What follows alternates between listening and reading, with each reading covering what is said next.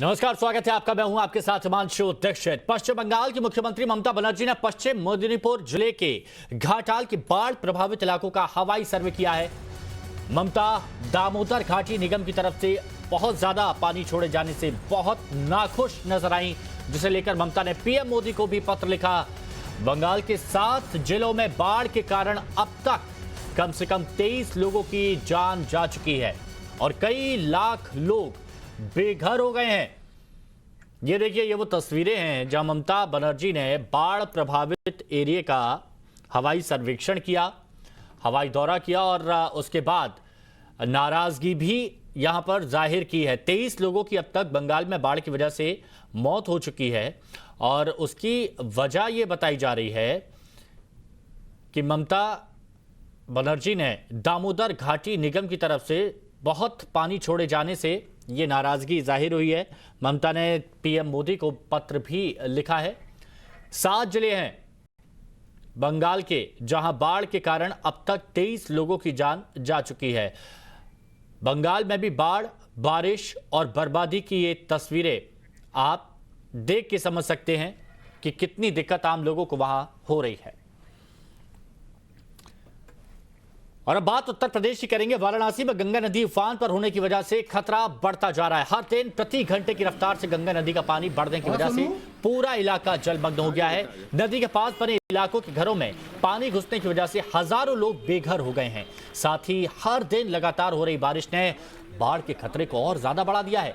लोगों ने घरों में पानी भरने की वजह से बाढ़ राहत कैंपों में शरण ली, लेकिन वहां के हालात भी बेहद खराब नजर आ रहे हैं, जिसकी वजह से अब लोग बेहद परेशान। आप देखिए, दूर दूर तक आपको सिर्फ पानी यहां पर नजर आ रहा है और ये गंगा जी का पानी है जो अब सड़कों तक पहुंच गया है, क्योंकि बारिश यहां लगातार हो रही है और रुकने का नाम नहीं ले रही है। वाराणसी में गंगा नदी के आसपास के इलाकों में पानी बढ़ने से लोग अपने घरों को छोड़कर सुरक्षित जगहों पर जाने पर अब मजबूर हैं।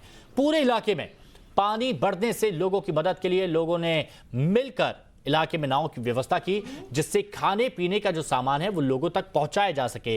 इलाके का जायजा लिया हमारे सहयोगी शिवम ने। धर्मनगरी वाराणसी पर बाढ़ की दोहरी मार पड़ी है। एक तरफ गंगा रौद्र रूप में है तो दूसरी तरफ वरुणा भी उफना रही हैं और इन सब के बीच में बनारस की जो जनता है वो बेबस बनी हुई है। फिलहाल हम मौजूद हैं वाराणसी के नक्की घाट इलाके में और ये तस्वीरें आप देख रहे हैं, ये तस्वीरें वरुणा नदी की हैं। तटवर्ती इलाके पूरी तरीके से जलमग्न हो चुके हैं। जो आसपास की कॉलोनियाँ हैं वो बाढ़ की चपेट में हैं। फिलहाल लोगों ने सुरक्षित जगहों की बात करें तो वहाँ उसकी तलाश में अब घर बार छोड़ दिया है, लेकिन बहुत से ऐसे भी लोग हैं जो घरों की छतों पर ठिकाना बनाए हुए हैं। हमारे साथ कुछ लोग भी मौजूद हैं। किस तरीके की मदद आप लोग को मिल रही है और कैसा हालात है यहाँ पर? हम लोग सबको अपने घर से उन लोग के घर से निकाल के अपना जहाँ कह रहे हैं वहाँ ले जा रहे हैं, उन लोग को उतार रहे हैं और उन लोग को खाना पीना के लिए अभी नाम लिखाया है उन लोग का, तो उन लोग को खाना सरकार की तरफ से मिलेगा, अभी आएगा। कितने घंटे लगातार नाव चल रही है यहाँ पर? हम लोग का 10 से 12 घंटे तक नाव चलता है, सुबह 6 बजे से लेकर शाम को 6 बजे तक।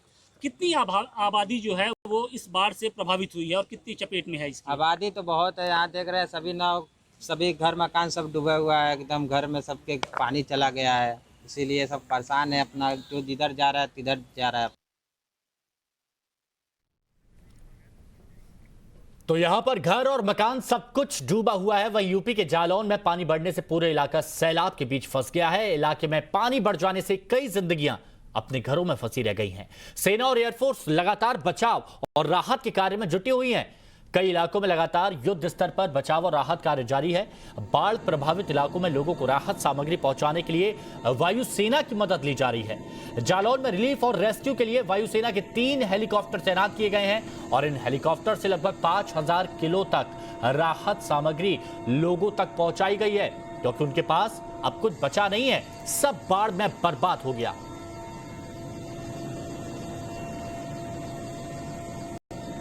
तो 3 हेलीकॉप्टर्स की मदद से यहां पर लोगों तक राहत सामग्री पहुंचाई जा रही है। अब ये देखिए, दूर दूर तक सिर्फ बाढ़ और बाढ़ के बाद बर्बादी और बर्बादी से बेबस लोग। हालांकि यहां पर अब सेना, एक बार फिर से लोगों की मदद करने के लिए यहां पर तैनात हो गई है।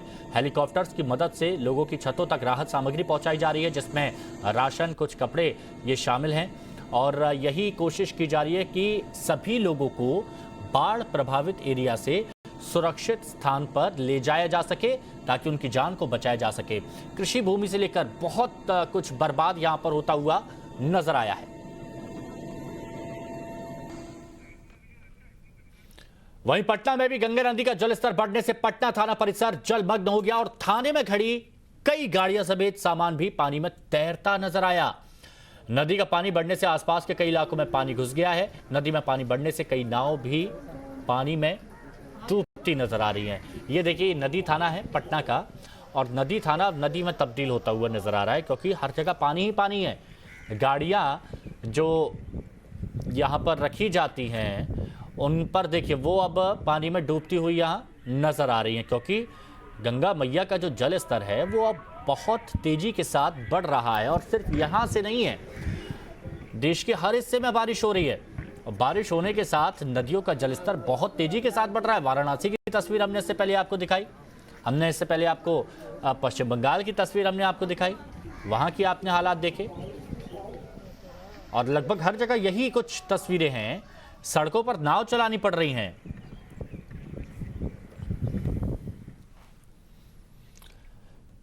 और अब एक बड़ी खबर की बात करेंगे। केंद्रीय स्वास्थ्य मंत्रालय ने ऑक्सीजन से हुई मौतों पर राज्यों को खत लिखा और जवाब मांगा था। उस पर सिर्फ 14 राज्यों ने अपना जवाब दाखिल